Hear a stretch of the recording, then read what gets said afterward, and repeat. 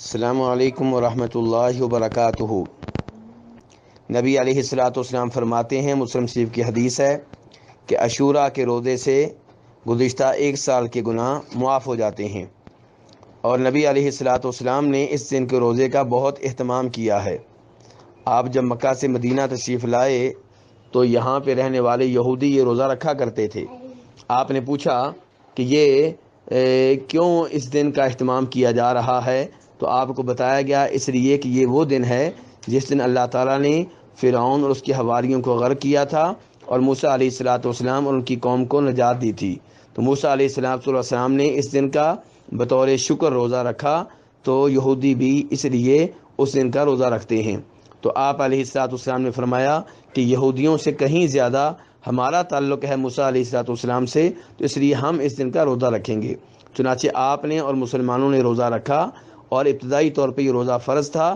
جب رمضان کے روزے فرض ہوئے تو پھر محرم کے 10 تاریخ کے روزے کی فرضیت جاتی رہی، لیکن اب بھی یہ روزہ رکھنا بہت ہی ثواب کا کام ہے۔ بلکہ نبی علیہ الصلاۃ والسلام ایک اور حدیث میں فرماتے ہیں، مسلم شریف کی حدیث ہے کہ رمضان کے روزوں کے بعد جن روزوں کی اہمیت سب سے زیادہ ہے وہ اللہ کے مہینے محرم کے روزے ہیں۔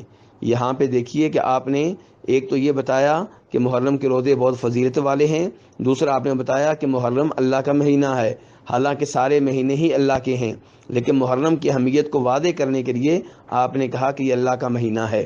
تو اس لیے اس مہینے میں روزے رکھنے کا اہتمام کرنا چاہیے، خصوصی طور پہ 10 تاریخ کا روزہ۔ اور آپ نے آخری دنوں میں یہ فرمایا تھا کہ اگر میں آئندہ سال زندہ رہا تو میں 9 محرم کا روزہ ضرور رکھوں گا۔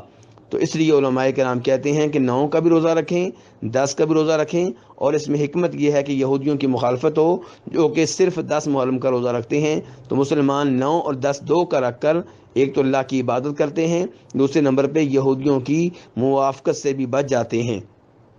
تو بہرحال اس روزے کی اہمیت بہت زیادہ ہے، اس کا اہتمام کریں۔ واللہ تعالی عالم۔